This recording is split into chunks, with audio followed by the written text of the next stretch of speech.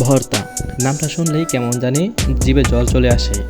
এটা যে আমার ক্ষেত্রে শুধু তেমনটা নয়, তাও যদি ভর্তার সাথে থাকে আবার তেঁতুল। তো আমরা ভর্তা করার জন্য ডিকিতে ভর্তা করব, তার জন্য ডিকিতে পরিষ্কার করছি ভালো করে, যাতে কোনো ধরনের ময়লা না থাকে। তো ভর্তার আইটেম হচ্ছে আমরা মুছি দিচ্ছি শুকনা বড়ই, ওর বড়ই, তেঁতুল, কাঁচামরিচ, শুকনা মরিচ, লবণ।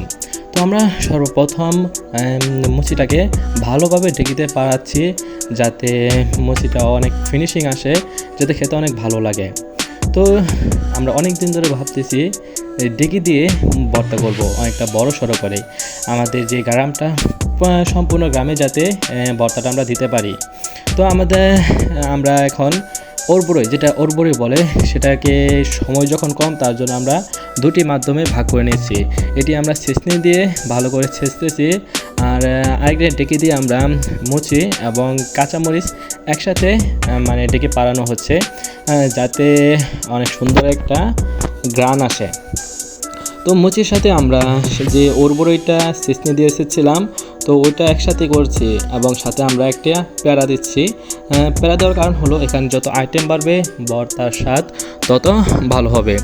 তো বড়ই, শুকনা বড়ই, ওর বড়ই, তেঁতুল, ও নামটা শুনলেই কেমন জানি জিভে জল চলে আসে। তো তেঁতুই আমরা কিনেছিলাম প্রায় 250 গ্রাম। তো এটা আমরা কিনেছিলাম পাকা তেঁতুই।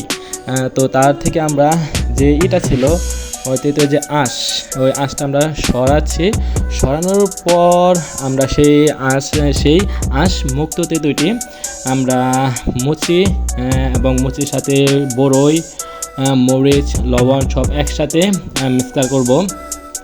তো আমি ভালো করে মিক্সচার করছি, যাতে সব একসাথে মিক্সচার হয়।